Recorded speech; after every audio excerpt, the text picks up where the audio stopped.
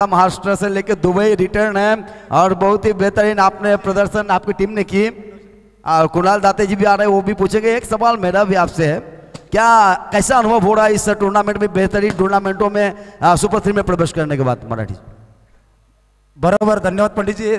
बऱ्याच दिवसात एकत्र खेळलो, खूप चांगला वाटला। गावाचा सपोर्ट, सोनारी गावाचा सपोर्ट, जसकार गावाचा सपोर्ट, त्याच्यामुळे इथपर्यंत पोहोचलो, सुपर 3 मध्ये पोहोचलो। सगळे पोरांची खूप मेहनत केली। बघूया उद्या काय होतंय, बेटर बेस्ट। येस, अजून काही प्रश्न आहेत या स्पर्धेच्या बाबतीत। सुधीर तांडेल, तुम्हाला वाईल्ड कार्ड एंट्री तुमच्या टीमला मला वाटते मिळाली होती या स्पर्धेच्या माध्यमातून, आणि आज ज्याप्रमाणे तुम्ही खेळ केला, सुपर 3 मध्ये तुम्ही दाखल झालात, या संपूर्ण टीमच्या प्रदर्शनाच्या बाबतीत काय म्हणाल? नक्कीच सगळीच मुलं चांगली खेळली। प्रथमतः आमच्या भाऊंचं आभार की आम्हाला वाईल्ड कार्ड एंट्री दिली इथं, महेश कडू यांचं खूप खूप आभार।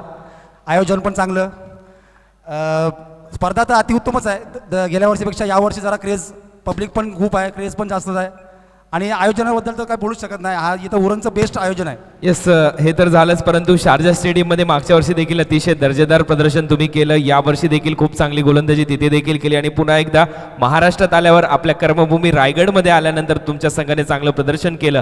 तुमचे ते अनुभव दुबईतले, शारजातल्यानी या मैदानात खेळताना कसे अनुभव शेअर करायला आमच्या प्रेक्षक राजासमोर?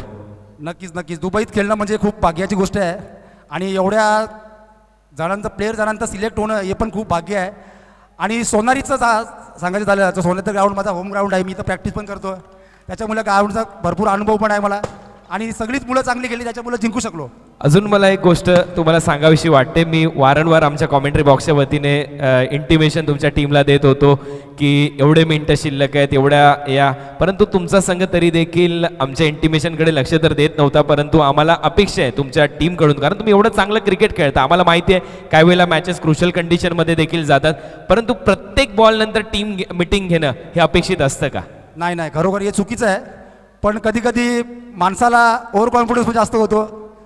एखादा गोलंदाज करताना निर्धार जोडू शकतो किंवा चटकार मारतो, तर एखादा कॅप्टन बोलतो नाही। नो डाऊट हा क्रिकेटचा भाग आहे, हे बरोबर आहे तुमचं, परंतु आम्हाला देखील वाटतं की या स्पर्धेच्या माध्यमातून शिस्त लागावी, एक चांगली स्पर्धा आपल्यासमोर ठेवावी, एवढाच आमचा एक माफक प्रयत्न होता। परंतु यानंतरचा प्रश्न तुम्हाला चंदू शेट्टे सर विचारतील।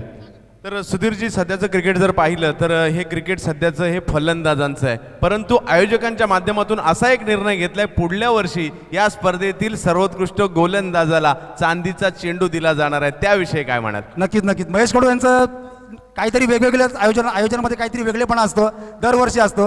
या वर्षी चांदीची ट्रॉफी ठेवली, पुढच्या वर्षी चांदीचा बॉल ठेवलाय, तो नक्कीच घ्यायचा मी सुद्धा प्रयत्न करेन। क्या बात आहे, म्हणजे सुधीर पुन्हा एकदा, म्हणजे गेली 18 वर्ष हा माणूस धुमाकूळ घालतोय संपूर्ण रायगडावर नव्हे तर संपूर्ण जगावर, आणि पुढल्या वर्षी पुन्हा एकदा सज्ज होणार आहे चांदीचा, आणि नक्की चांदीचा तो जो चेंडू आहे तो जिंकण्यासाठी सज्ज असेल। तर सगळ्यांकडून नक्कीच विचारणा होते, सुधीर तांडेल तुमचा आवडता गोलंदाज टेनिस क्रिकेटमधील कोणता, फलंदाज कोणता?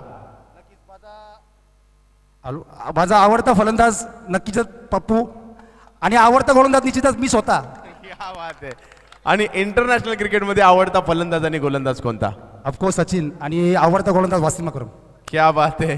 तर नक्कीच हे होते सुधीर तांडेल, ज्यांनी आजही या नक्कीच उद्याच्या मॅचसाठी तुम्हाला खूप खूप शुभेच्छा असतील। परंतु आजच्या दिवसात काय घडलं, आजच्या दिवसात एक गोष्ट घडली, टेनिस बॉल क्रिकेटमध्ये शिस्त काय असते ते या आयोजनामध्ये सोनारी गावामध्ये आपल्याला पाहायला मिळालं, आणि उद्या पुन्हा एकदा तीच शिस्त, कडक शिस्तीमध्ये आपण उद्या या ठिकाणी 6:30ला टॉस आणि 6:45 पहिला चेंडू या ठिकाणी पडणार आहे, याची नोंद सगळ्यांनी या ठिकाणी घ्यायची आहे। आजच्या रात्रीसाठी थांबू, तर गुड नाईट, शब्बा खेर, आजची रात्रीसाठी जरूर या ठिकाणी थांबू, उद्या या ठिकाणी नक्कीच भेटणार आहोत। जय हिंद, जय महाराष्ट्र।